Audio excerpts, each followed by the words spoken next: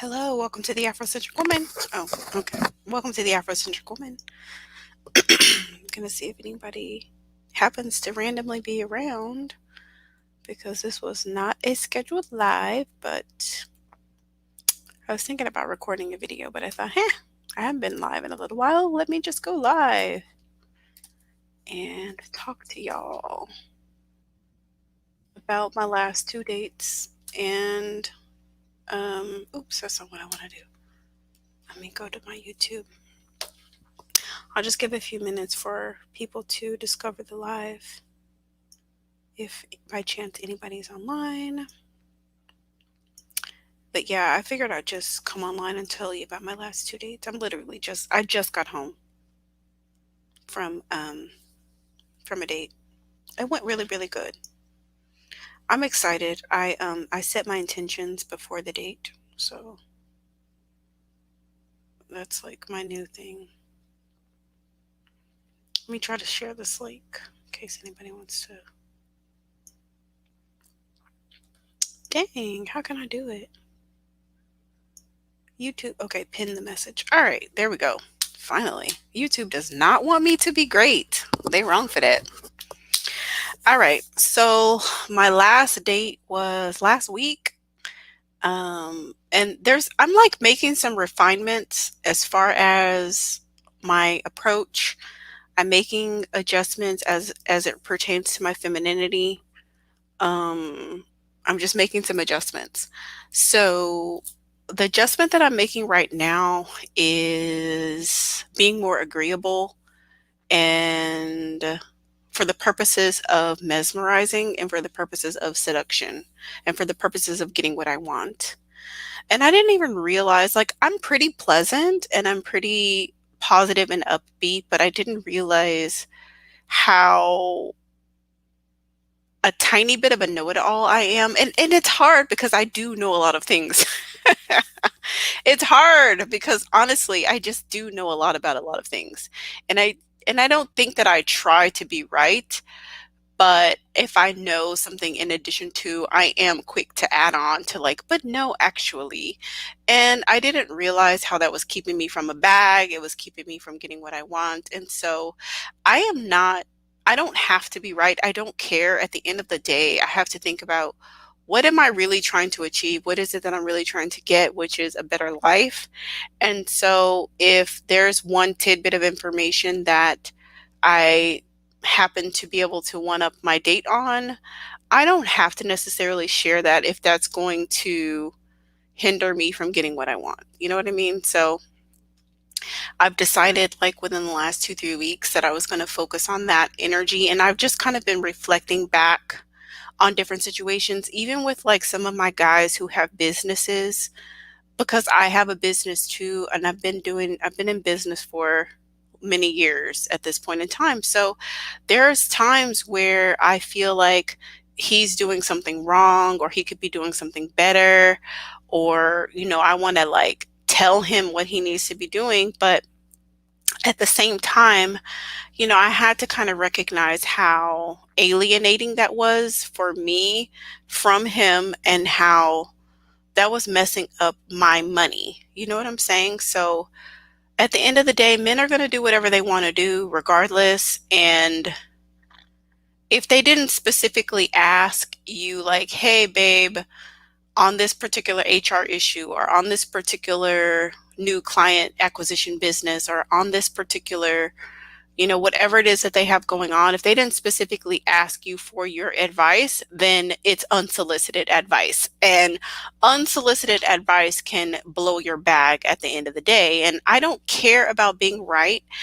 I care about the bag and I care about getting what I want. So I'm willing to watch him go through things the hard way.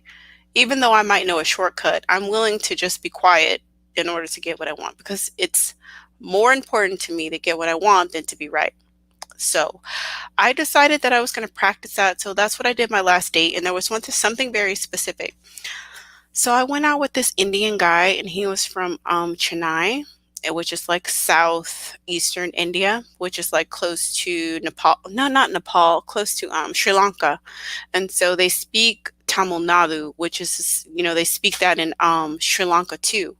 So we're talking, we're having a good date. I could tell he's pretty smitten with me and he's very attracted to me. And he's talking like blah, blah, blah. He has kids and his kids are taking Tamil lessons. And he's like, yeah, Tamil is the oldest language in the world.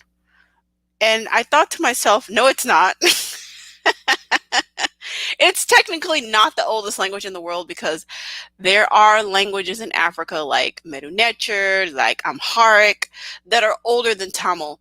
But I was like, well, you know what? You're so right, babe. And I just stopped myself. I literally stopped myself from correcting him because at the end of the day, it doesn't matter. What does it matter if he feels like Tamil is the oldest language in the world and that's something he feels passionate about and that's what he feels? Does it really add any value to our relationship, to this new connection that we have? Does it really add any value that I tell him that he's wrong and then I mess up my money? Does it really matter?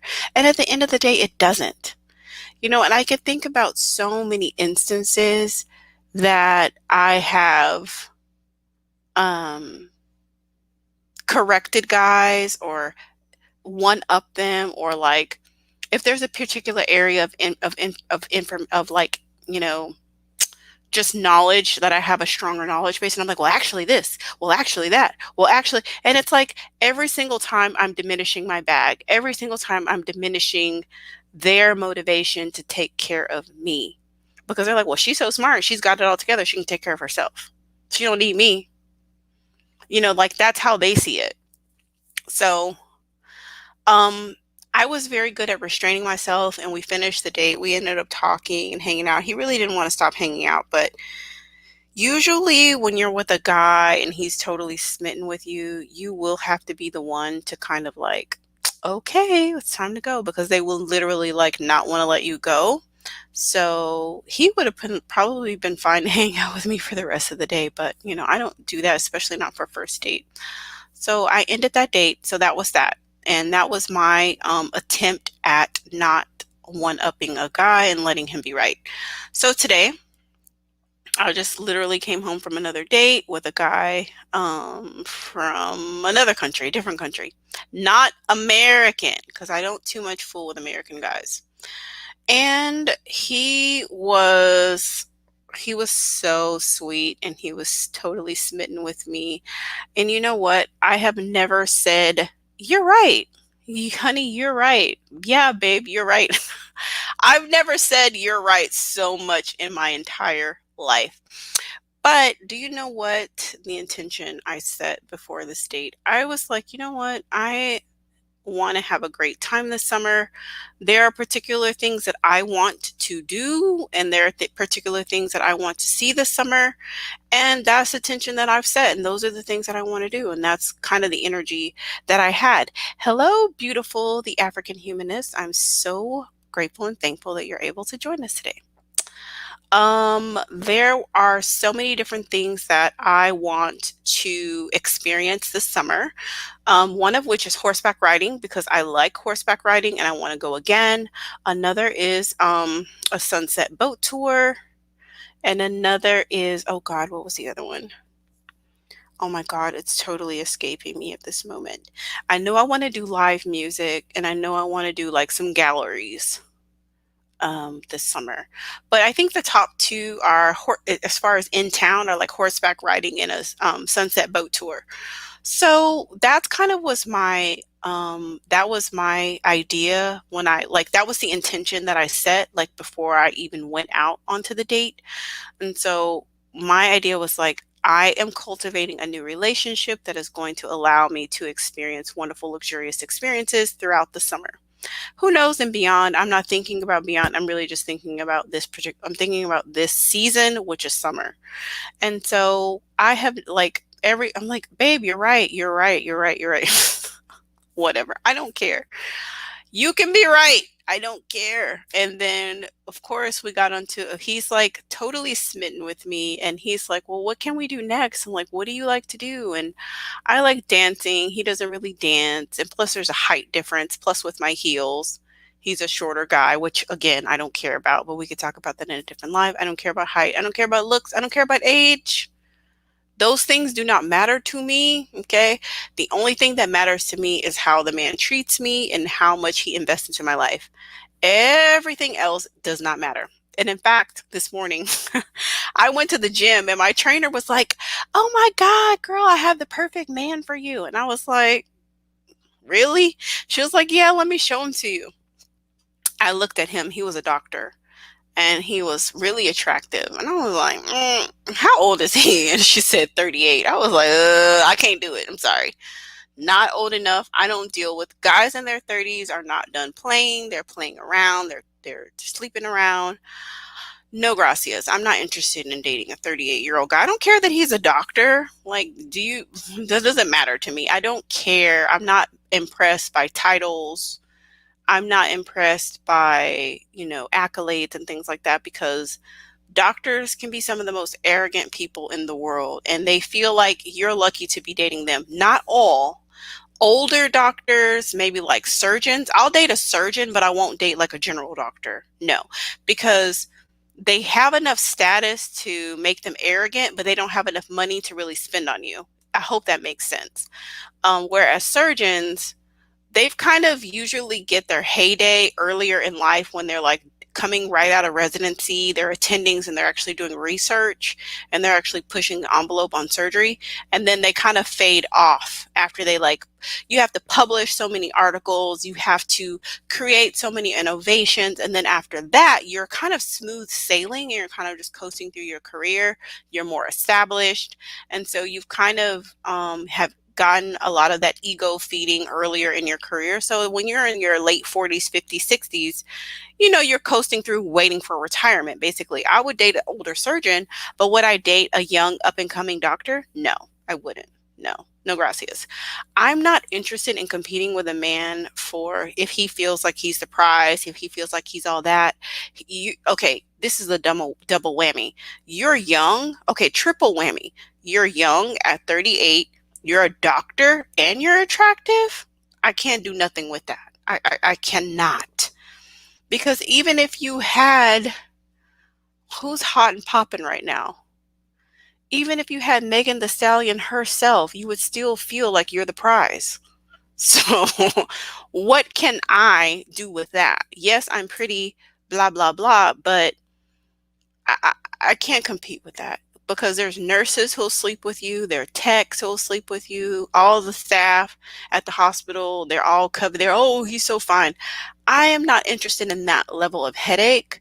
So I was like, girl, I thank you for thinking about me, but he is too young and too attractive. I can't do nothing with that. He's fine, and if I saw him out, I would admire him from afar. I would think to myself, oh, look at him. He's cute. And I wouldn't think to myself, oh, he's cute. I hope he comes to talk to me. No, it's like, when you're looking through a magazine and you're seeing attractive models and you're like, oh, he's cute. Oh, he's cute. He's cute. I can just admire your attractiveness without any desires to actually be with you because that is totally not my type. Um, the African humanist says, I have a thing for age. I do not like younger guys. Yeah, I don't either. I don't. They have a lot of things to work out, in their system, and they still think they're like guys in their 30s think that they're in their 20s. Guys in their 40s think that they're in their 30s. Guys in their 50s think that they're in their 30s or 40s. Seriously. Most guys lie about their age from about the age of 39. They don't want to say 40. They literally don't even want to utter the words 40. There are guys who, in my personal experience, and I know that the particular demographic that I'm in may be very particular to my area of the country, but in my experience, guys start lying about their age around 38, 39. Guys have a really hard time aging. They have a hard time accepting that father time is tick, tick, tick, tick, ticking. They want to be young forever. You don't compete. That's why, because you know he has options. You want a man without options. Yeah, maybe you're right, Charles. Maybe I don't want to compete. I don't mind competing. I just don't want to, I can't compete with that. Like, I feel like a really attractive young doctor. I don't want that type of headache. And if there is a woman who does want that type of headache, I welcome her to it. It's just not for me. You know, I'm not competing with desperate nurses that are at the hospital all day bored with nothing better to do but to sleep with doctors. I just don't want it. I don't want that kind of competition. So, yes, you're right, Charles. Hi, the woman who doesn't exist to you. How you doing? I don't date younger guys. Yeah, me neither. We have more maturity than men. Yeah, we do. Yeah, women mature faster. Men mature a lot slower. So they tend to have a really, really hard time aging. And oh, that's my date right there. He's texting me. He was so sweet. I really had a good time with him today.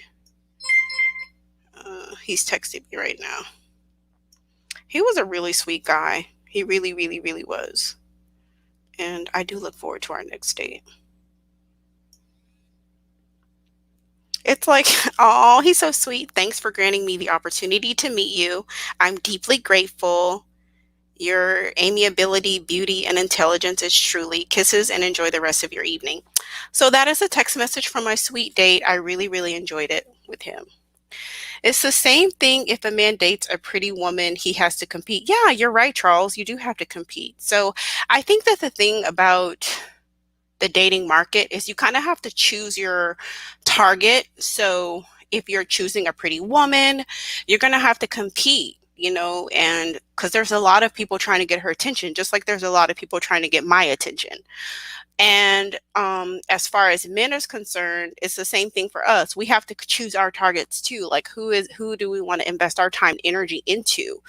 Because I understand I understand where I rank and I understand where I rank among men. And honestly, I don't rank that high with African American men, which is why I don't really go after African American men. I go after foreign guys because foreign guys find me to be absolutely irresistible. They cannot get enough of me. Whereas American black guys, I'm just like average. So why am I going to sit up here and put my energy into African American guys who don't value me? It doesn't make any sense. Like logically speaking, like hopefully you're a logical guy. If you're a logical guy, then you would understand why it doesn't make sense for me to put my energy there. It doesn't make any sense. So if your preference is a light-skinned woman or a mixed woman, then you should go after that if that's what you want. And I'm not light-skinned and I'm not mixed. So I'm going to go after the men who want what I have to offer, period. That's just how I feel, you know, and I feel like I don't feel no types of ways about anybody that goes after their preference. I think that the part that's hurtful for, or it's like difficult for black women to understand, is like guys who hate their own complexion. Like that is hard for us to understand. It's hard for us to understand how you hate your female counterpart. Like you despise that, you don't like that. It feels to us like it's self-hate. But at the end of the day, I don't feel like I would want to strong arm a man to appreciate me, or I want to force somebody to appreciate me or force somebody to want me. I think that if your preference is light skin and mixed, then go for it. Like see how far you can get there, you know, do it. Like, because I'm going to go after the men who go after me. Not going to sit up here and try to address a man that doesn't want me. I'm not going to do that. Uh, the woman who doesn't exist as foreign or white. Both. So like as far as white is concerned, I might talk to like German or French or guys from the UK. You know, those kinds of guys. And then as far as foreign, it could be anywhere. It could be the Caribbean, it could be Africa, it could be the Middle East. So they're not necessarily, or Indian. I have a lot of currency with Indian guys. A lot of Indian guys are attracted to me. So there's that. Um, and then I did talk briefly to a guy from Sri Lanka. And it's interesting, like the guys from Southern India, like even though I'm African American, like they're usually darker skinned than I am, the guys from India. So those kinds of guys are really interested in me. And so I tend to just go for who already wants me. I don't want to try to like convince somebody like, oh, look at me. Like, let me tap dance and buck dance for you because I'm so great. I don't do that. I just don't do that. So what I've learned and what I've been trying is, well, I can say this. Let me back up and just say that what I've been doing is refining myself as far as my femininity is concerned, because I didn't really realize that. And I think that this might be a struggle for a lot of women who are very smart, who are very intelligent. We like to talk to men like we talk to our friends, because oftentimes when we're talking to our friends, we are sharing information for the purposes of expanding knowledge, and we're sharing information for the purposes of helping each other. And what I've known before, I mean, I've known this to be a philosophy, but I don't think that I've implemented it very well, is that unless a man specifically asks for your opinion on something, that he really isn't looking for your opinion on something. If he is doing something and if let's say he has an idea and it's a failure, he needs to fail on his own. So you might see him going down a particular path or doing something as it pertains to his business or career, and you think that it's a bad idea. But honestly, as a woman, you just have to kind of sit back and let him fail on his own. Let him learn his own mistakes. Let him be in his own decisions and feel confident in what it is that he's doing, and sit on the sidelines unless he specifically asks you to help him or specifically ask for your opinion, because otherwise it's going to seem like overstepping. And I think that that feeds into the idea of mother versus woman. And uh, I've been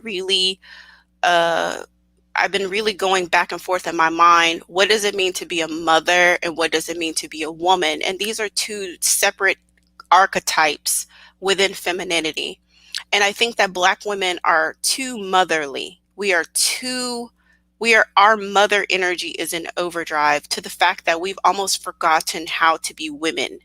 And to be a woman is to not be a mother. To be a woman is to be a very self-interested entity. Okay? A woman is very self-interested. A woman is very self-motivated. A woman is very agenda motivated.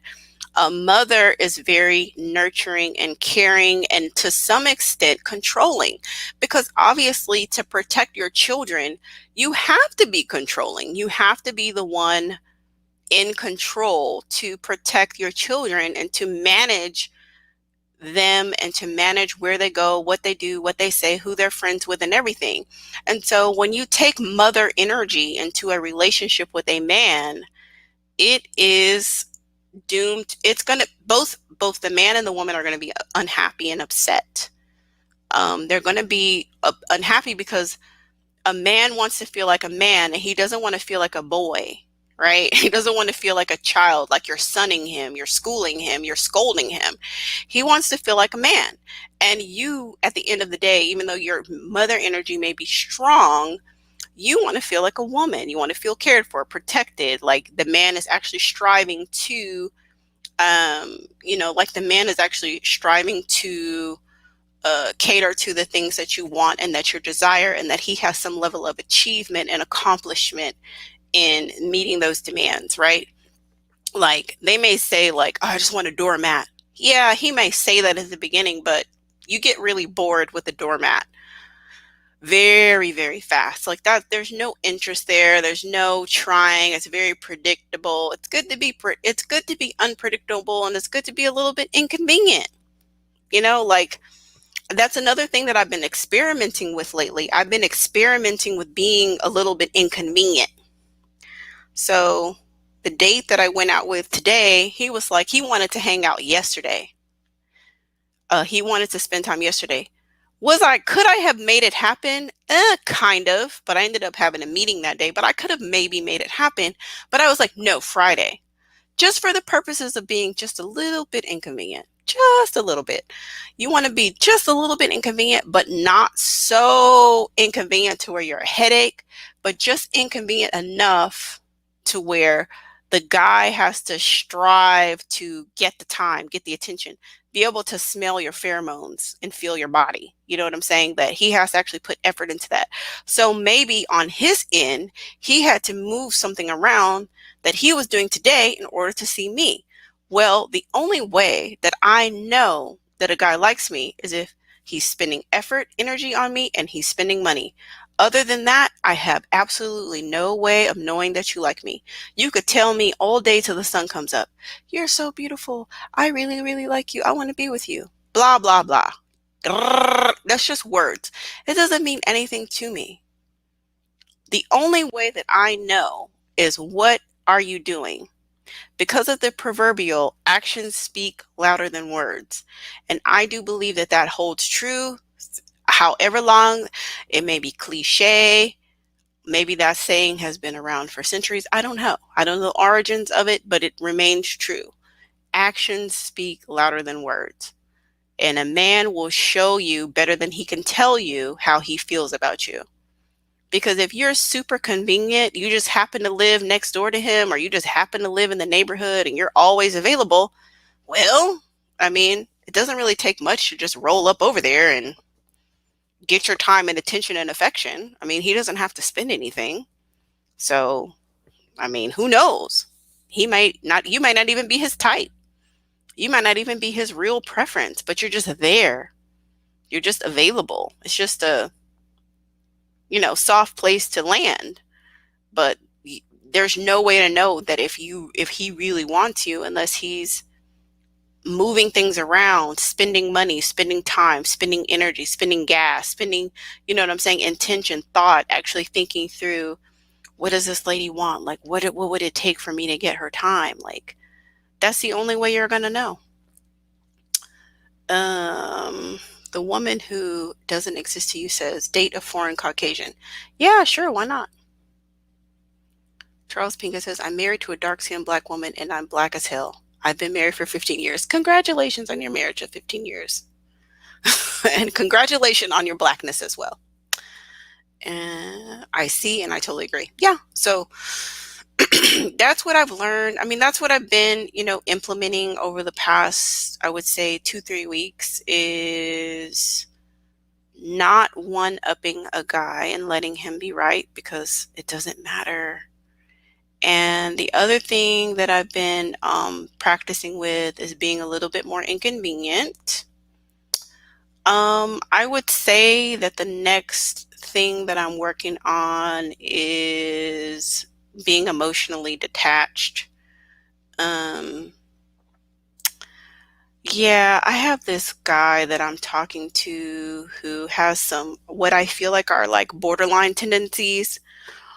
And I don't mind a dash of cluster B and I don't mind a dash of narcissism, because um, I'm very used to working with narcissistic guys. I'm very used to dealing with them. I know how to do it, but as long as it's not too much, you know what I'm saying? Like, I mean, there's been plenty of guys where, you know, I I know that the only reason why I'm there is because I'm pretty, and I don't care. I don't need this to be like some type of profound, deep connection.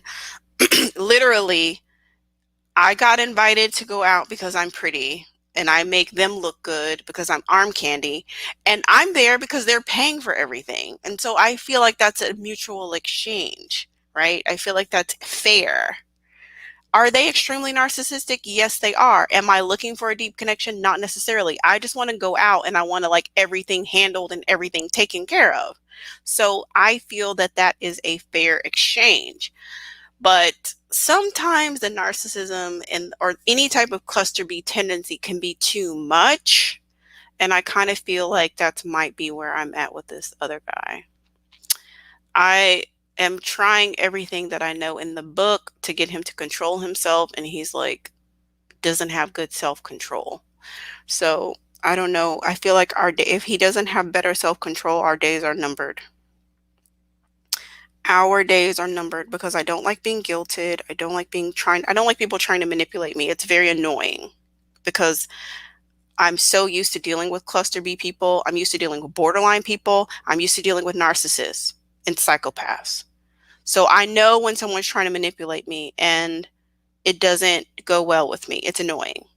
So if you cannot relax and if you cannot just be normal for 2 hours, right? I'm not, you can, you can be narcissistic 22 hours out of the day.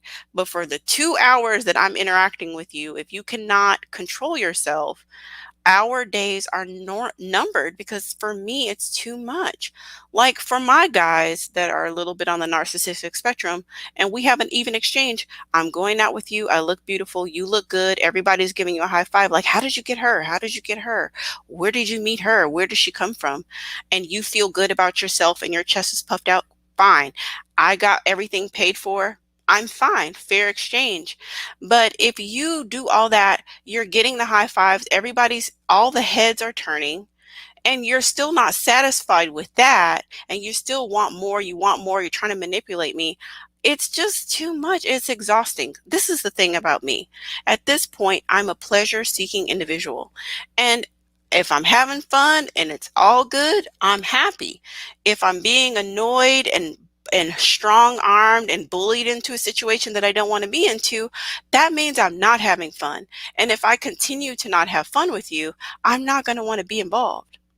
If you do something for me, you send me money or you give me a gift, and then now you want to like throw it over my head, I'll give you all this shit back, bro, because you already got whatever you're going to get out of it. We already went out, we already spent time, we already turned heads. That was the fair exchange. You can't tally up all of these things and be like, "Oh, I feel this, I feel that."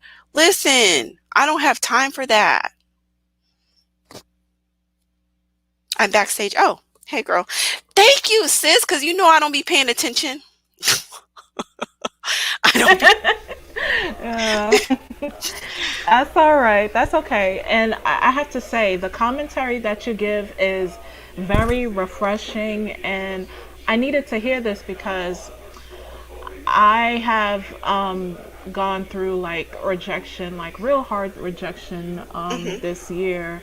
And I think the reason why it really took a toll on me is because I've been very available, too available for myself. And because of that, it allows, especially people that claim to be of a high value or whatnot, they feel like they can subtly disrespect you by flirting with other people to your face, and they just outright disrespect you and mock you and just cut you off and things like that. And I think that because I was way too available and because I've just been too super supportive of these people and not respecting my time, not respecting Mhm. my space, and not allowing myself to be as productive as I should, um, that's what warranted the disrespect. And because of that, I had to do a lot of soul searching. I had to self therapize, gone to retreats and everything else, because what is in me that is attracting those type of people, especially these type of people, they claim to be of high value but feel like they can just disrespect and walk all over people. um, I had to ask myself, what is it about myself that is attracting these toxic type of people? So I started to do the therapy, and I realized that I haven't healed. I avoided doing the therapy, Mhm. and yeah, and I've avoided like spirituality and all. And not to say that it's mandated, but for myself, I had to look deep within myself. And when I came across your channel along with doing the therapy, that's when things started to make sense in a Mhm. holistic level, because part of me was broken. I was looking for that validation. I thought that, oh, we had a lot in common. Like, we can talk to the moon, like to the sun come up, or whatever the case may be, and we can just, I thought that, oh, we can be like this power couple, whatever the case may be. And Yeah. then, yeah, Yeah. I understand. I yeah, understand. just being everything super supportive to that person, only for that person to just walk all over you, and then just not give a care, and just talk about all this materialistic things, and that you're basically under them, and because of that. And in addition to that, I also watched something regarding Eartha Kitt, and she initially dated black high value men, and these high value men is like, they basically told her, like, you can't do anything for me, you're not in my level, and also that's just what it is. But then it's like, oh, she basically took that and made something out of herself, and then she ended up dating outside her race and got married, and things like that. So once I did that, and once I made that transition, that smooth transition, even taking courses with that, I started to realize, it's like, wow, like, all I had to do is not do much. All I had to do was just, of course, look the part, but just listen, and then listen to my spirit, listen to my, and just realize, does it really align with me? And also observe their actions, like how to speed read people, and just educate yourself on that. Are they monotone? Are they rigid? Do they seem dark? Like, you start to learn all those things, and it took me. Yes. Yeah, so once I did that, it's just, I realized I didn't have to try so hard. I really didn't. Whatever will happen will happen. If it's not meant to happen, oh well. Next high value. Not to say that I'm just looking for it, but yeah, once you start to do the work, everything just flows, and then you just not start to really care anymore. You're not seeking anybody else for that validation that you've already found within yourself. So if they want to leave, let them leave. But then instead of it feeling like an anxious situation, it just feels like it's a flowing thing. It's his loss. Next, next, next, next, next, until whomever that comes into your life will bring you that. I don't want to say validation, but until a good person comes along. Yeah. Absolutely. What was your last narcissistic relationship? Or like when time frame? The time frame. I would have to say it was like, it was a bit over a few years, but then it kind of, yeah, it was a bit over a few years and all, and but then it kind of, how can I say, kind of uh, rolled over into, how can I say, yeah, so when I thought about dating somebody else, and I guess just still showed that, I don't want to say that motherly characteristic, but just still show that I'm super supportive, super this, just super No, chill, that's whatever. mother, sis. That's Yeah, mother. yeah, yeah, yeah. Okay, you can say that. Okay, okay. Most black women have motherly attributes in overdrive. It's too much. It's too much. Yeah. We Hmm. have to, I had this epiphany. We have to relearn how to be women, feminine women, because it's not totally not a mom. And I think part of the reason why African American males stay in a state of perpetual adolescence is because we mother them. We don't we don't be their woman, we be their mom. And that's just totally dysfunctional. And the thing is that that type of characteristic, when I remember I was reading this book, it was this self-help book on basically why men ignore women like us, the motherly types, is because we're basically considered basic. So if you are this ride or die for this person, and you're just being that super supportive motherly, you cook for them, you do all this stuff, behind your back, they're telling to their boys, like, oh, this is a basic chick, oh, this and that, oh, I can't, she's easy, she's this. Yeah, they're talking to their boys about you, because you don't really give any type of mystery, you don't really give them anything else to respect you, except thinking that that motherly characteristic is going to attract them, which is eventually is going to repel them because you're no different from any other of these motherly types. So, and it was just a hard, gruesome truth about it. And that's when I realized being unavailable and just educating myself and finding a new career, things that make me productive, but that can also make me a better individual, a better woman. Now all of a sudden it's like they want my attention. Now all of a sudden it's this. But where was all of this when I was available? So no, you have to like really do a whole overhaul. You have to do like a whole shift. And with that shift, it's like, wow, like this person used to be super available. Now they're not available like that. Well, that's the reason. And it's a general thing, unfortunately. It's a general thing, but we have to accept that if we want like a high quality type of relationship. And we can't reinvent this wheel. This is nature. So that's just what it is. Yeah, you're absolutely right. And maybe I'll record another video on unconditional love versus conditional love, because I feel like the time frame of unconditional love for both girls and boys from a mother should be finite, right? So obviously a 2-year-old doesn't know right from wrong, right? They throw tantrums, they eat cookies that you tell them don't eat these cookies, right? Because they haven't learned how to obey, how to respect rules, or to stay in the line when you're coloring, and they do things. And so, hello? Yeah, Okay. I'm here. I'm here. Okay, sorry. So it's very important that we continue to love our children as they make their mistakes, because they don't know any better. But we have to have a cutoff time for that. Like, okay, by the time you're between 18 and 25, that's when we're transitioning to conditional love, right? So that means that I love you because I want to, not because I have to. I don't owe you anything. I've already raised you. I've given you everything that you need to succeed as an adult in life.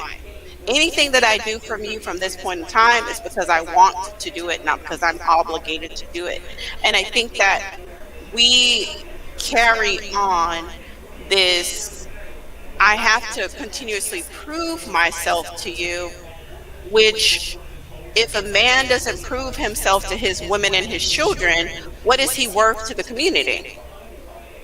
And if we don't step back and allow him to prove himself continuously, it's not like a one and done thing, it's a continuous thing. Then where will we be as a community? Exactly where we are. We have men who are in an extended period of adolescence, and they look to women to do the bulk of the work, to bring home the bacon, to be on the front lines of social justice warring, um, to be the one to carry on the relationship. And it's like, I hate this thing like, oh, the women are the backbone of the community. It's like, that's gross. Why aren't you guys the backbone of the community? We're the only ones who are backbone related. So, hey, welcome Mocha Mommy. If you want to join the stage, just click the link. We'd love to hear your thoughts as well. We're talking about, well, I was giving an update on my last 2 dates and transitioning into letting a man be right, being agenda focused. And then we sort of transitioned into dealing with narcissistic males, and how do we navigate that on the dating scene as it relates to showing conditional love and tapping out of motherly energy and into womanly feminine energy, and how will that affect how we navigate dating? That's very much so what we've been talking about. Yes. And the worst thing that you want to do is just attract the wrong type of high value men. Because, quiet as it's kept, there are so called high value men that are dusty, that have a dusty mentality. Yeah. And it's more to than what a person can provide. Who is this person internally? Does this is this person very respectful to you? Does is he kind? Does he have some type of does he have manners? You know, we're not asking for perfection, but all we are asking is the fact that, are you a kind man? Because a lot of these men is like they feel like once they get into a certain stratosphere or even an exosphere, then they can try to dog out the women that were there with them before. It's like, But oh, we don't let me need you. let And me let me continue. ask you this, woman who doesn't exist. Are you talking about African American? The majority of African American, yeah, Yeah, not because all, that's yeah. very African American men are very particular. I have dated men from around the world, and I have not met a more feminine man than the typical African American men. To meet an African American man who is masculine typically is going to be a boomer or older than like around the boomer age or an older Gen X guy. Um, Men after that, it's very rare that they are typical masculine. So most African American men are going to want to be the prize in the relationship. They don't like pursuing women. They don't. In fact, we have a mass of African American males who, if they see another man doing something for a woman, they ridicule that man. So if that man is providing for the woman, if he's providing for the household and he's doing for the woman, the collective of black males call him a simp Thank you. because they do not value looking after a woman and doing everything for her. If you look at other communities, I'm not saying that there aren't problems, even among, I wouldn't say, even among other Black males from the Caribbean or Africa. But if there's an African man who's doing everything for his woman, unless he's been Americanized, that's seen as everyday normal shit. It's not a big deal. Like, oh, you bought your wife a house, you bought your wife good fabrics, you got her gold, you got her a car, you paid a dowry. Like that's everyday, that's just everyday African life. It's not a big deal. Whereas most African American men look at those men as simping. So culturally speaking, there's just this American phenomenon of looking at men who do for their women as negative. And most African American men, in fact, I mean, I could literally, like, I have a lot of screenshots that I have not shared. I'll try my very best to share as many as I can. I can literally tell, like, a guy doesn't even have to tell me. I could tell he's African American because he'll be like, "Well, what do you do? Like, well, what do you, um, what do you like about me? Like, what the fuck kind of question is that?" Most guys from other countries are going to be showering you with compliments. Oh my gosh, you're beautiful. I like your purple dress. I like, oh my God, like you're so, elegant. Most guys from other countries are going to be complimenting you. They're going to be trying to get your attention. They're going to be trying to, but African American guys more so fish for compliments from you for themselves. I really think that this has a lot to do with the fact that many of these guys were raised by women. So they have a lot of feminine ways about them. They don't really know how to show up in the world as a masculine man. And they don't understand that you are supposed to be the one complimenting. You are supposed to be the one pursuing what you want. You're supposed to be the one taking lead in the relationship. You shouldn't be resting in your effeminate ways, letting the woman pursue you.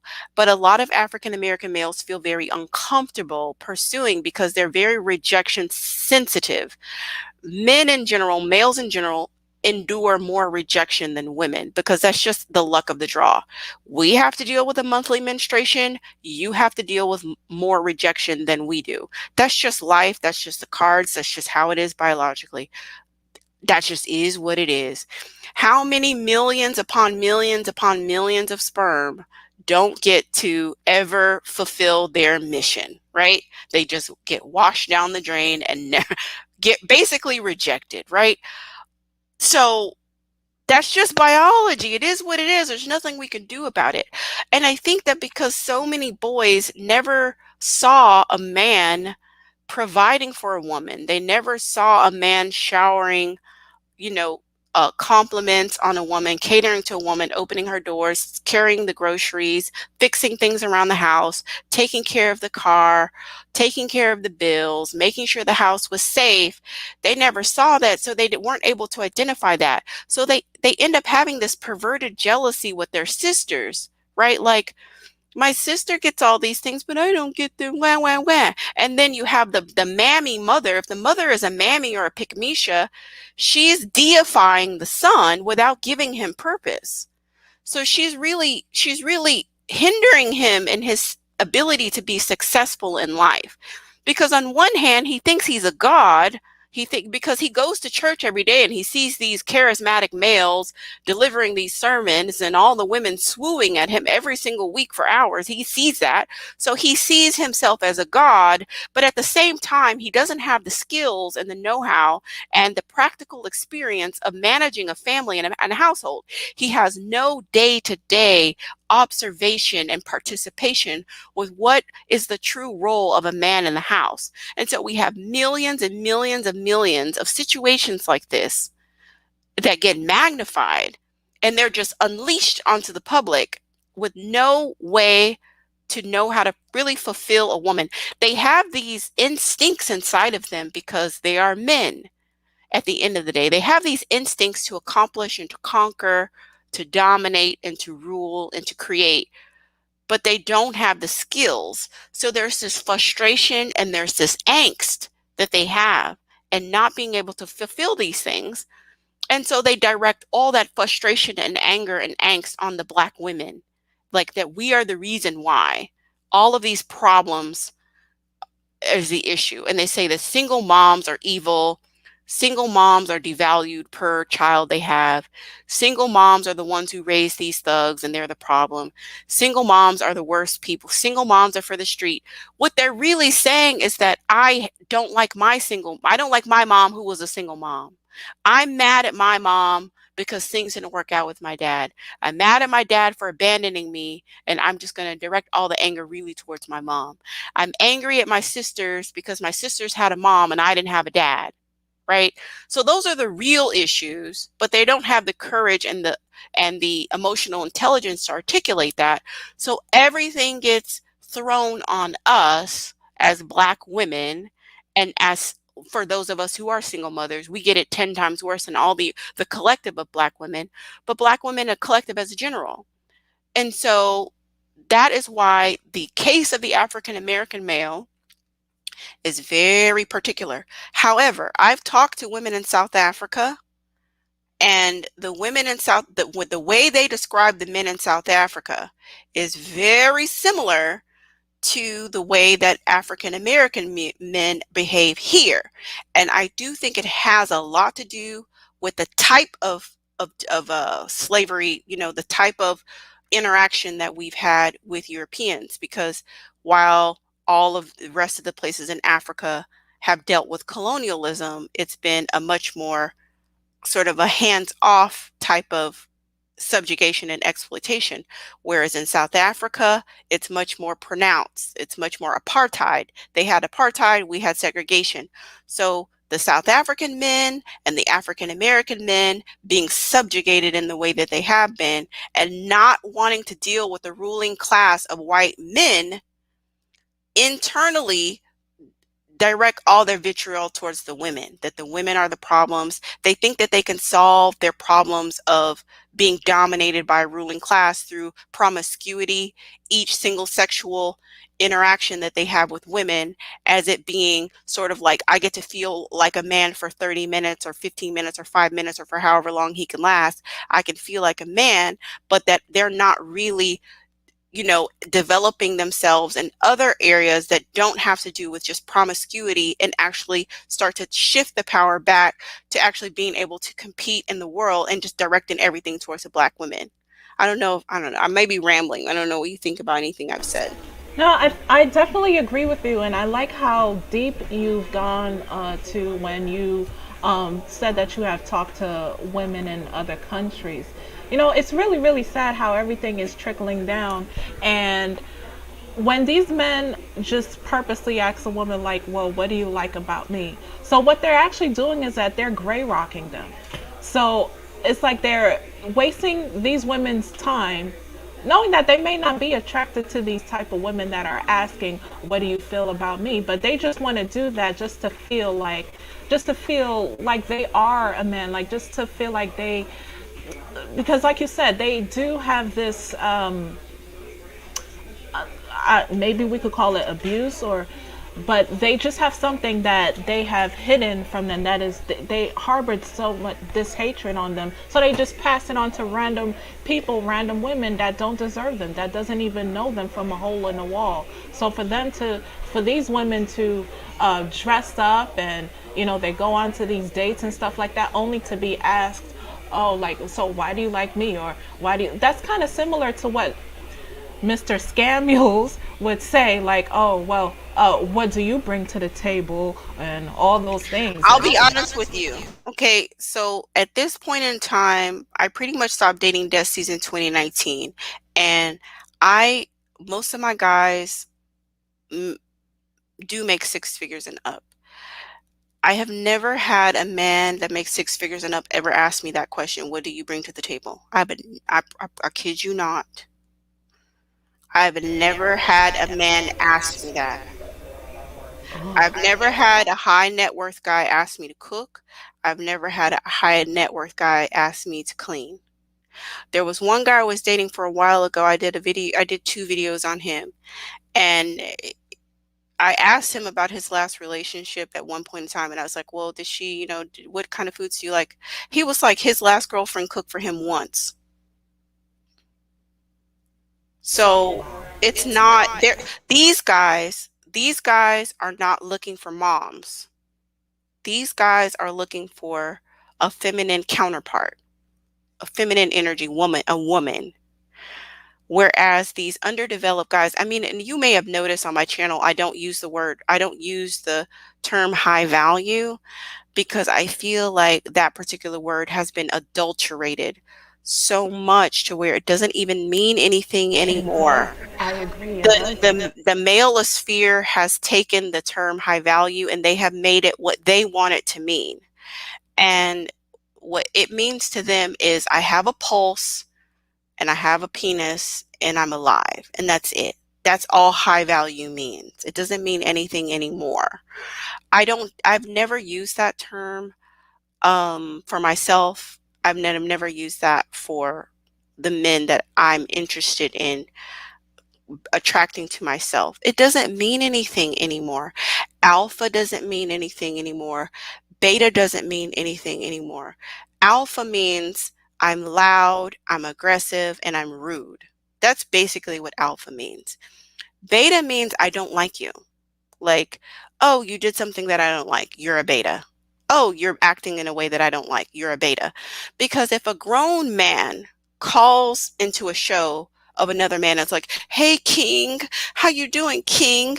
Oh my, and I'm like, that shit to me is fucking suspect. Like, what the fuck? What grown ass man calls into another grown ass man, calling him a king? To me, that's weird.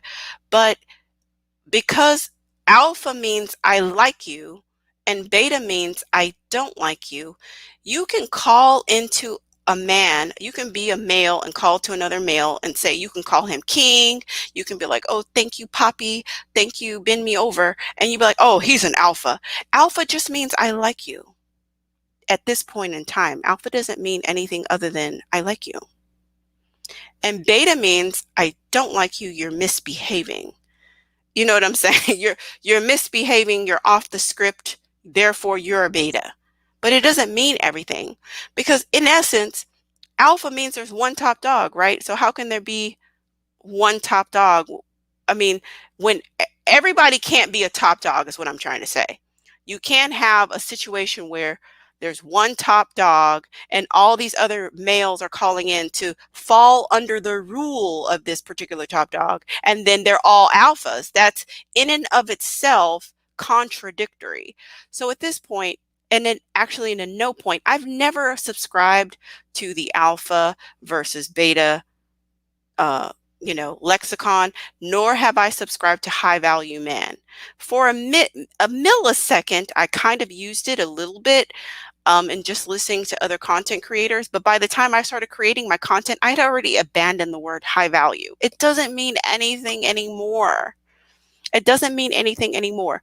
Nobody can waste your time, especially with women. And that's why I encourage on my channel I encourage agenda focused dating. I encourage agenda focused dating because if you don't have an agenda as a woman, that means you will default to the agenda of the male. And he has an agenda. I kid you. He always has an agenda. He always has an agenda. So if you think that, oh, I'm just trying to find love, I'm trying to find connection, oh, I want to find my soulmate, oh, I just want to, talk all night on the phone and blah, blah, blah. Okay, okay, all right. Well, you're going to heartbreak after heartbreak after heartbreak after heartbreak. And before you'll be back on the channel. You'll be back on the channel after you're tired of that.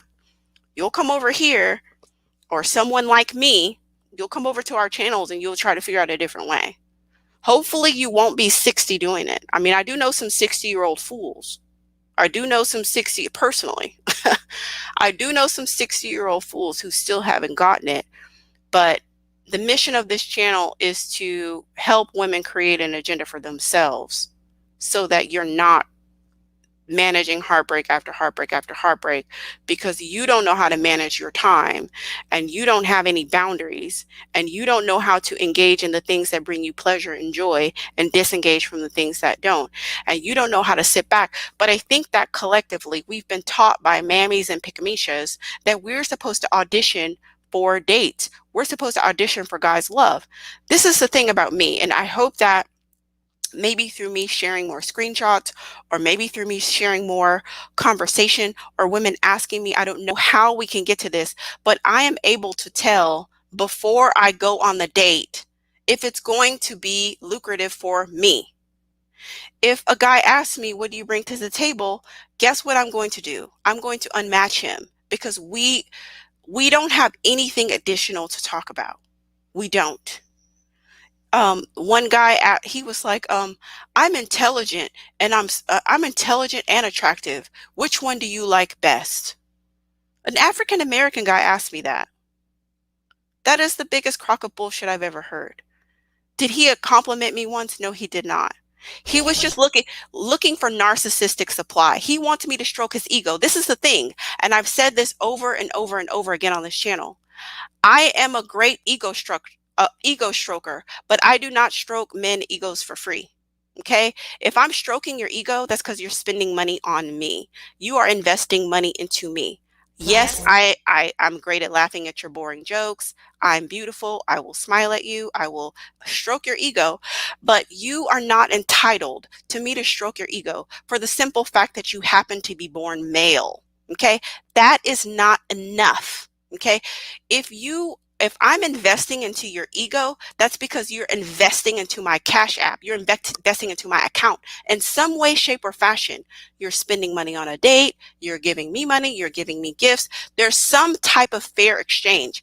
The reason why women feel so depleted, so disillusioned, they get ghosted, they get, tossed to the side, they feel rejected, they feel abandoned, they feel, what's the word that, dropped by these narcissistic guys, is because they don't have a fair exchange requirement in the energy exchange.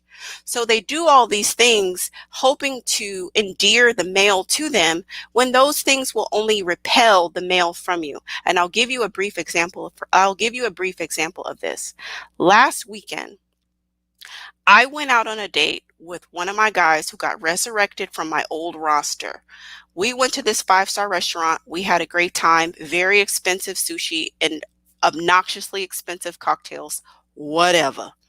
We went to this place. We ended up dancing. We had a great time. And guess where? I went home. He's like, well, I just feel like I shouldn't have to call another woman to come and spend time with me when I've already do so much for you. And it's like, yeah, maybe you do stuff for me, but it's not enough. I still don't feel comfortable. But the thing is, he spent money on me And guess what? He's going to call some pick Misha. Okay. He's going to call some pick Misha up late at night and tell her whatever type of lie he has to say. I'm lonely. You've been on my mind all day. I can't stop thinking about you. I just need to feel you next to me. We don't even have to do anything. I just want to hear your voice. I just want to feel your presence. Will you come over? And she's going to come for free when he didn't spend his money on me and I went home. So don't be pick Misha, is what I'm saying. Don't be pick Misha. Be the woman that he strives to get your attention. Only be with him after he has invested enough to where it would be stupid to walk away from you. It would be stupid to walk away from you. Exactly. And that's the woman that I want to transform to be, because I realize, like, now, especially when age comes into play, it's like, this is, I can't keep attracting that type of energy anymore. I'm not going to just freely entertain these people and then they're not investing anything into me. And I don't want to have to feel like one ear goes out the other. So you have to raise your standards.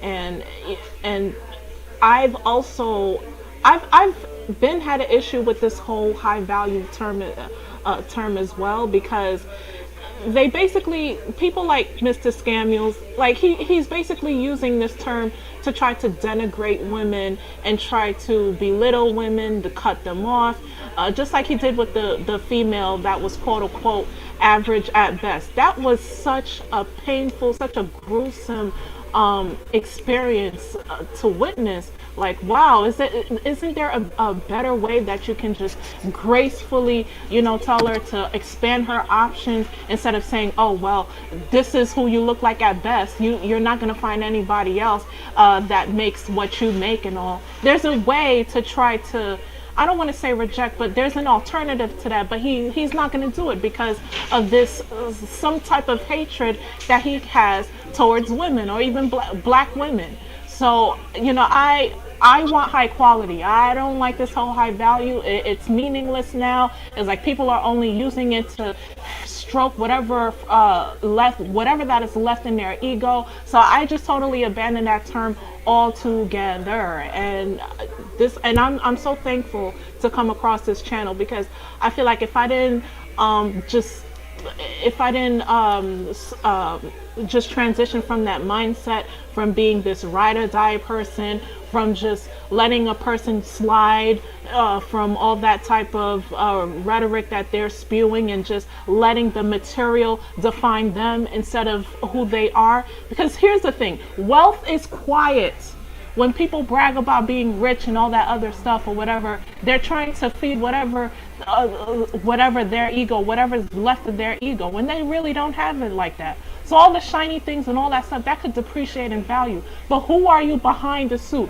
Who are you behind the materialistic things? So that's what matters, along with providing. So I definitely agree with that. Well, I want to welcome Mocha Mommy to the stage. And before I unmute you, Mocha Mommy, I just want to say that as far as who are you, who are you, who are you, it's not necessarily who are you when it comes to men. It's about what do you do? True. Because men are very action oriented and women are the ones who are the being and the embodiment of presence. So it's not like who is he? He can be a millionaire, but how much money is going into your account? That is the question to ask yourself. That is true. What types of dates are he taking you on? What type of thought and efforts did he call and make reservations? That's how you know a man is interesting. He's made reservations for you and it's Monday and he's made reservations for 8 p.m. on Friday night at a 5-star restaurant. You know he's interested in you. When you mention something that you have a car issue, he's Johnny on the spot. He's taking care of it. That is how we know. We know what a man feels about us through what he does for us. He knows our value by who we are to him. So we as Black women have to get into being existing. acknowledging your intrinsic values and continuing to uplevel your intrinsic values.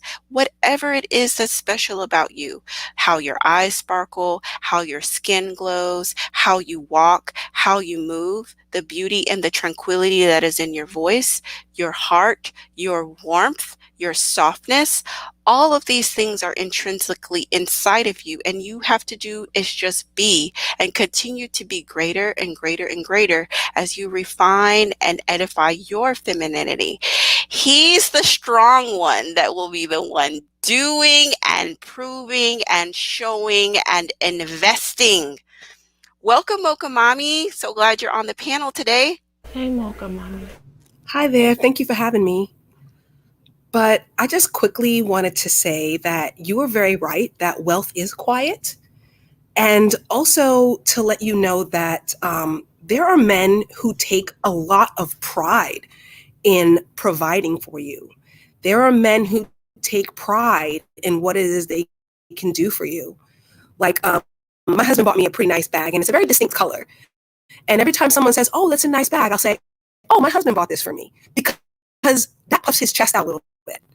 You know, men actually take pride in this. And think about it, when you're not in a position to be a receiver, you're taking that pride away, and you are actually repelling the man that you want.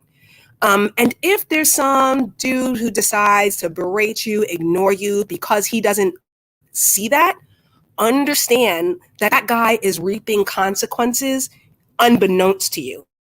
Because you have to understand men are very competitive. And the woman that's by their side, or having no woman by their side, is an indication of their status. So just please always be aware of that you definitely need to be invested. This is why men pay for their wives and their girlfriends' hair to be done and nails to be done, and for them to have nice cars, because it is a reflection of them to other men. So please don't take that opportunity away from a man by being too strong, too independent, or internalizing what weak men are out here doing. I I see. think you bring up a very important point, Mocha Mommy, that the conversation, like, we're focused on the wrong thing. We have to understand, like, okay, in other words, I would like a divorce from the men who don't want us. I would like a global divorce. I want a divorce on the grounds of irreconcilable differences, because I just want them to go away in peace. And I want for Black women like myself to go after those who want us. And if you don't want us, then go in peace. I just don't there's absolutely nothing, there's nothing of value in us trying to reason with them, because they seem very committed to disliking us. And we have criticized, this is my thing that I've noticed even before I became a content creator, of consuming the information. These males have a disdain for us because they hate us. We have criticisms of them because we love them and we want them to come back better, right? We have these criticisms of them because deep down we still love them and we want them to come back correct. Whereas they just seem to take pleasure in a sort of a psychopathic way. They take pleasure in demeaning us and degrading us. I don't know any Black woman who has a show where they call in, where they have males call in and all the women just come in and berate the guy. I mean, I don't know of any platforms such as that, you know, and then all the women get off on it and we, get aroused by the man, being abused. We just want respect. And so since we cannot come to any type of agreement on that, why can't they just go, and why can't we just let them go? And they're going to try to get our attention, because for them, good attention, bad attention, whether we're angry or sad or happy, it doesn't matter what kind of attention we give them. They get off on it either way. So we could withdraw our attention altogether. Let them do them. Like, let them do them. And then we just focus on the men who want us. And you see, I think that there is a deceptive nature to their platforms or just to their psyche in general. It's because we are the woman they want, but they just know that they don't have it within them to get it. So what they do is they'll continue to berate and to make women feel bad about themselves so that they can kind of pounce on that vulnerability. It's the things that they wish they could say to us, but because we're not there, they can't. You know what I mean? So it's they're saying it to, and I think that they have to come to the realization. I mean, when I look at how many troll our particular spaces, it's because they want our attention. They want our favor. They want our approval. And when they can't get it, they berate the women who are after their approval. And that's like, I think about, you know, the women who are on the clubhouse of a certain content creator. They've already made it clear that they don't want these men, but yet somehow these men always find a way to their space. And I think that's just in life. Like you talk about how awful and horrible and terrible and bedwentry, but why are you in my space? Like, why are you here? Why are you, I just got back from my daughter's softball game. Like, you already know that I'm married and I'm already content with that. But why are you always coming around with your little like hateration? Like, oh, well, you guys didn't win by that much. Like, why are you here? Or what are you about to do for the fundraiser? Why are you asking me that? Like, I don't have to do fundraising hours because my husband's a coach and that's it. So stop coming around. But they are coming around. And I think that we're so much of a threat because we're setting an example and other women are seeing this. Like, okay, I'm seeing that she is doing something different. And I'm sure you've looked at your analytics, just how young they are. Like how young some of the women who are coming to these type of platforms are and how young some of these women are who are coming to us for like the professional mentorship. Like, wow, you're really young to be thinking about this. It's because of what they see. I think you're absolutely right, Mocha Mommy. I'm so glad for your platform because I think you reach an audience a little bit younger than mine. And I'm so happy that they have been able to connect with you. And I think that they're telling their friends about it. And I think that they are finding a lot of value on the Mocha Mommy channel and they are telling their friends about it. And that's just spreading your influence because these younger women are gravitating towards your content because you are giving them actual practical skills that they could actually turn around and use in university and in early career development. And I think that that's absolutely amazing. And as far as mine, I think a lot of my demographic is like 35 to 45. So I tend to cater to single mothers who have been in abusive relationships and they're trying to do dating for the first time. And so I really see myself as, I'm everything that the malosphere says is trash, but I'm everything that the malosphere has relied on for years because I was supposed to be destroyed by my narcissistic relationships. I'm supposed to be this pretty girl who doesn't know her worth and who allows a revolving doors of narcissists to come and abuse and use me for the rest of my life.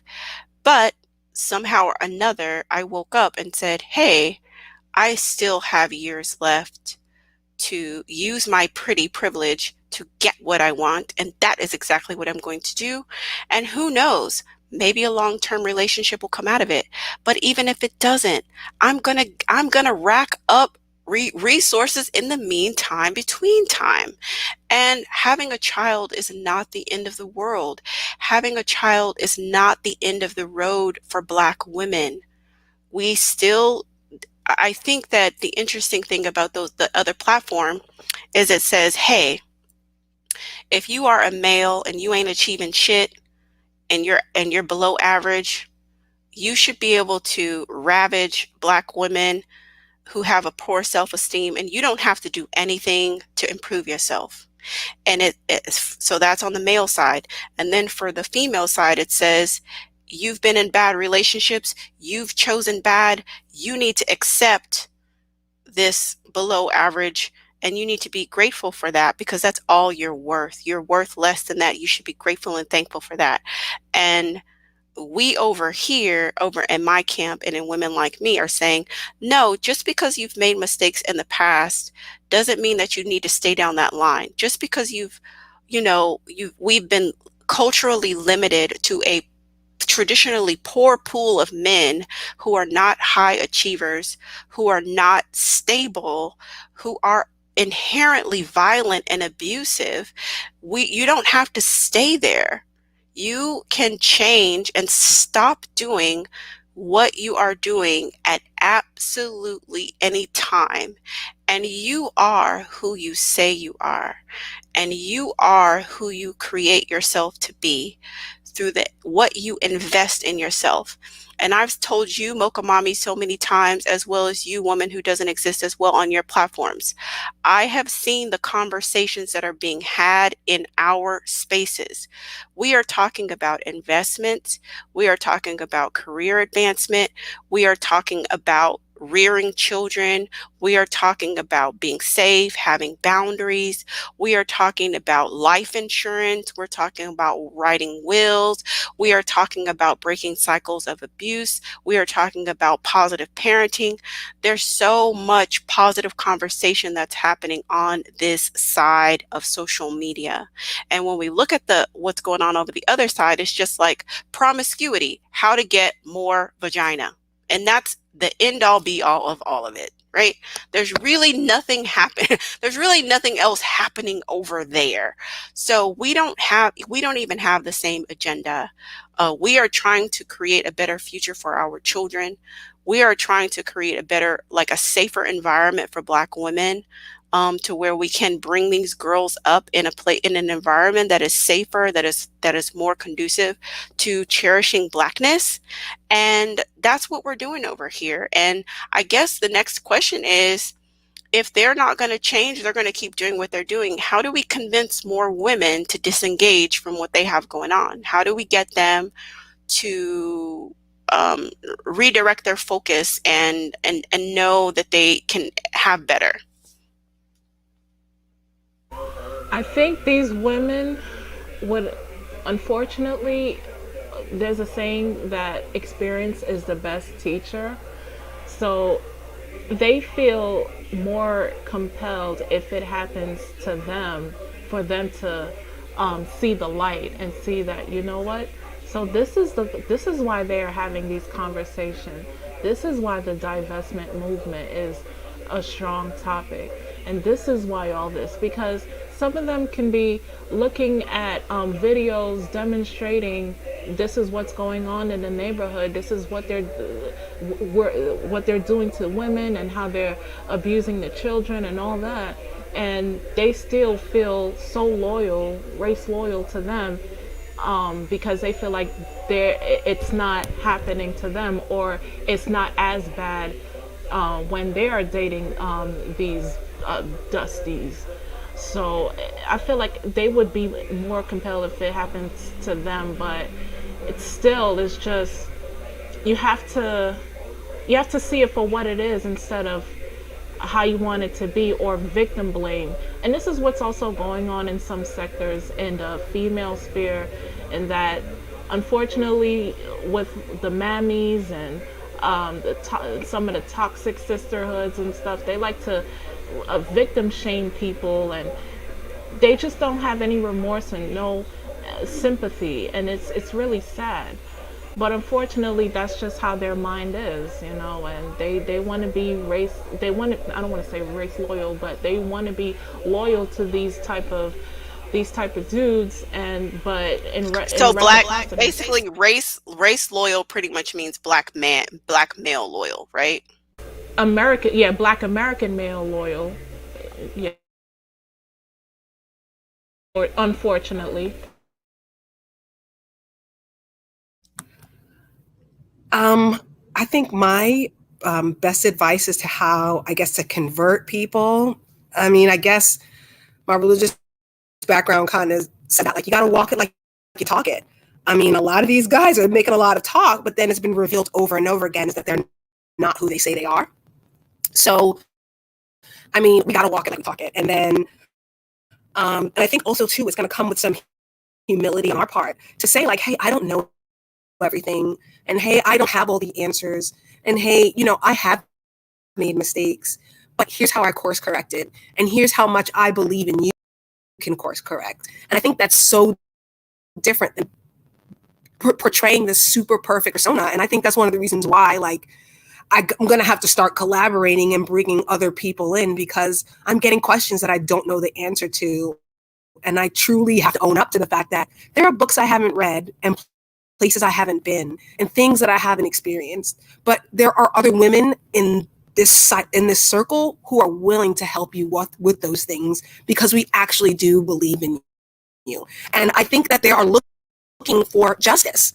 They're looking to say you're wrong and I'm right. They're looking for the apology. They're looking for the closure. They're looking for the validation. And the reality is it's never going to happen. And we have to really let them know, like, listen, you can fight this all you want on behalf of what's right and what's wrong, but the reality is they don't care. And you have to realize that even with them not caring, they're dragging you down the drain with them by you fighting them. What I'm saying is withdraw from it, edify yourself, because there's an incredible world out there. And so walking it like we talk it is going to be the biggest thing. And I just find that, listen, if I do this in my real life, when I take on like a student, when I precept another young nursing student, or when I'm doing it on my platform, or if I'm doing it at church, I better walk it like I talk it. I definitely agree. Just definitely walk the walk, because we see so many people expose themselves. We have the Derek Jacksons, and we have all these people that are either extremely pandering, or they extremely bash women. So, just definitely walk the walk. I definitely agree.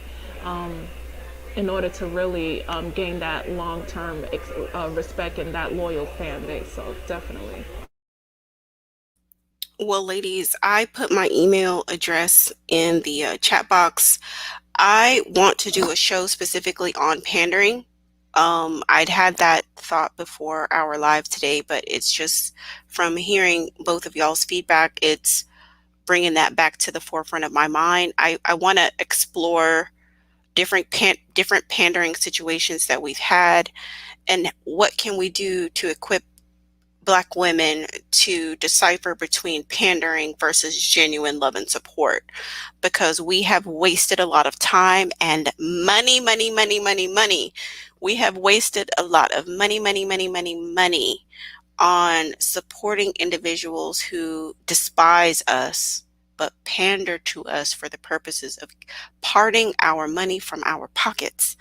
And so I am extremely interested in exploring the idea of helping women see through it. I'm naturally good at it, so I don't really know. I can't put a finger on why I'm so good at it, but I happen to be good at that. I never fell for Derek Jackson, honestly, y'all. Never Yeah, fell I for agree. Derek Jackson. I never fell for Godfrey. I never fell for what's the name? Tory Lanez when he was pandering. I knew it was bullshit. Who else has pandered? Chris Brown pandering. I can see a colorist self-hating, like a self-hating Black guy from a mile away. So I'm pretty immune to it. But I see that we as a global sisterhood, we need to get better at knowing that. And I think that we as a collective, despite our differences, and I really am loving how we're coming together on some things. I really am loving it.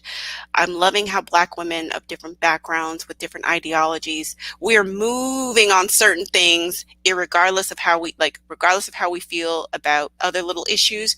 I love how we're putting those issues to side to say, hey, I'm supporting this thing because this is going to promote a positive image of Black women globally. I see how that's going to benefit me. So I may not agree with this woman on everything, but we're going to move in this direction together.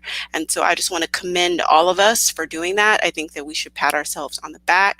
I think that we should celebrate these victories, so that we can continue to cultivate more of that. But I do want to do a show about that, pandering and deciphering that. So email me with your availability, because I would like to invite both of you to that panel so that you can share your views on that. And then I just want to close out with some things that you said, Mocha Mommy, with the self-validation, and how important that is, and having self-closure. And I talk about that. I have a video on getting out of an abusive relationship where I specifically talk about how we need to release the idea of getting closure, and that you cannot get closure from an abusive partner. And that's basically what's happening with the collective of Black males. We are in an abusive relationship. Well, those Black women who are still, vying for their gaze and vying for their validation to know, satisfaction, like an endless seeking of validation without really getting it, they are in an abusive relationship with the collective of Black males. And how do we create closure within ourselves without the other party acknowledging said closure, and withdrawing our support, and being very mindful as to where we invest our support, and understanding the value that we have as women with our pocketbooks, with our attention, and with everything, because we make or break people's careers, and we make or break the conversation. When when Kitten Heels was talking about males, nobody cared. But once he started bringing us into it, now it's on the global stage. Now it matters. And we're participating. Some of us are participating with our own demise. So understanding the worth that we have, and the currency that we have, and the power that we have, and the dollar buying power that we have, and the investment power that we have, will help us be more mindful as to where we direct that money, and having the humility as we encourage women to come on board. I don't see myself as someone who converts, because I just I'm like, I do want to walk it like I talk it. I try to share my stories. I try to share what's working for me and the things that I have, for the sense of inspiring you that you can do the same thing.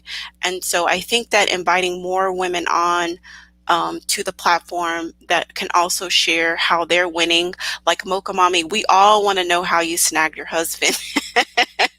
We want to know. We could talk about it another day, but we want to know. We want to know how you got your man. We want to know about the courtship process. We want to know about how you mesmerize your good man. We all want to know. We want to learn. So walking it like we talk it, and having that humility to sort of be there, be constant, so that when women are ready, we are here, right?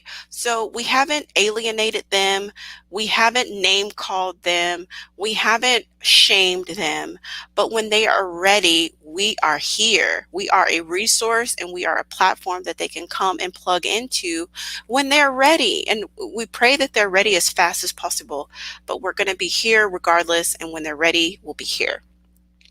So I'll let you ladies, if there are any more closing words before I head out, I'll open it up to you. Definitely expand your options. There's no need to invest into people that won't do that for you, that don't show you any love or support in reciprocity. And, just, yeah, continue elevating, and just know your worth, and everything will come into play, and everything will feel like magic. Like, wow, I didn't know I can have this. I didn't know I can be so deserving of these things. So, but it's all about self-love and just knowing your worth. So that's that. I guess my closing words would be, it's not about perfection, it's about progress. Sure that as you move forward, you're going to make some mistakes along the way. And sure, as you move forward, it's not going to be perfect all the time. But just know that every single step you're moving forward is a step in the right direction. Even if you stumble and fall, you can get back up, and you are still so worthy of that forward progression. Thank you so much. Mocha Mommy and to the woman who no longer exists to you. I want to thank you and I want to thank all those who tuned into this live. And I want to thank everyone who is subscribed or who supports the channel. And I want to thank you in advance for liking and sharing this video and for subscribing to the channel and for leaving your comments. I truly, truly do appreciate you and I appreciate you. That's what I want to say. All right, we will continue more conversations just like this. If you would like to participate in a panel about helping women determine pandering versus genuine love, you can send me an email. My email is in the chat. Peace and love. Have a prosperous and powerful weekend. Peace.